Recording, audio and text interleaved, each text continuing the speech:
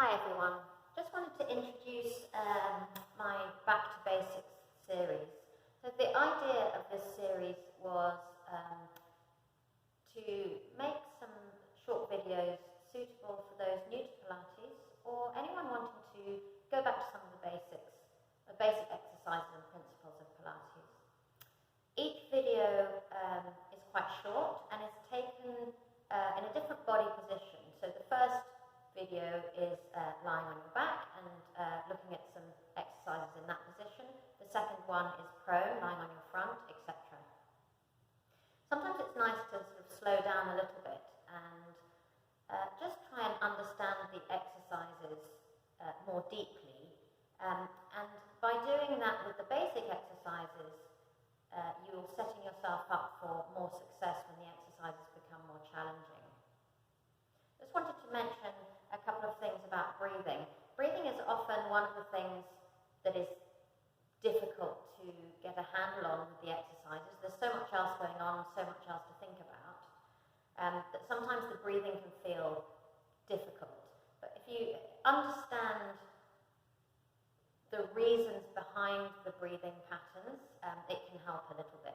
So one of the reasons that we have a breathing pattern for the exercises is often to facilitate that exercise. So for example, if you breathe out when you're rotating,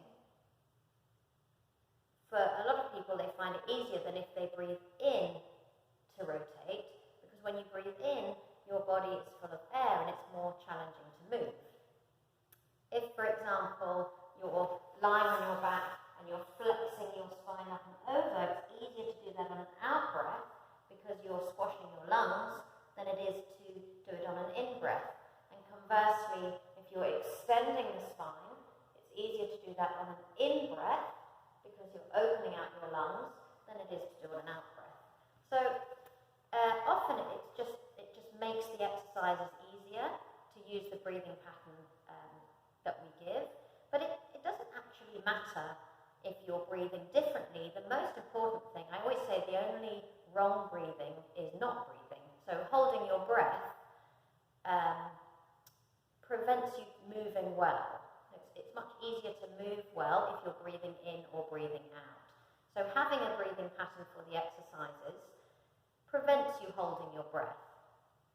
And the other thing I just wanted to say about that is, for most of the exercise in Pilates, you use your abdominals to some degree. If it's a simple exercise, you might not even realize that you're engaging your deep abdominals. But if you're achieving the exercise, then you are. And for some of the more challenging exercises, you need to actively engage your abdominals to achieve the exercise. And it's easier to do that when you breathe out. But when you exhale forcefully, you automatically engage some of your deeper abdominals. So when you're trying to find those abdominals, it's easier to find on an exhale than it is on an inhale. So particularly when we're new to Pilates, we often say breathe in to prepare, breathe out to find your abdominals, and then move. So if you're ever a bit lost with the breathing, you can always use that little bit of advice. So you're breathing in to prepare, breathing out to engage your abdominals, and then moving. Of course, as you advance, you will be expected to breathe in and out while you're engaging, and so in effect it doesn't really matter whether you're breathing in or out. The most important thing is that you're moving well. Anyway, I hope that's helpful and I hope you enjoy the series. Thank you very much.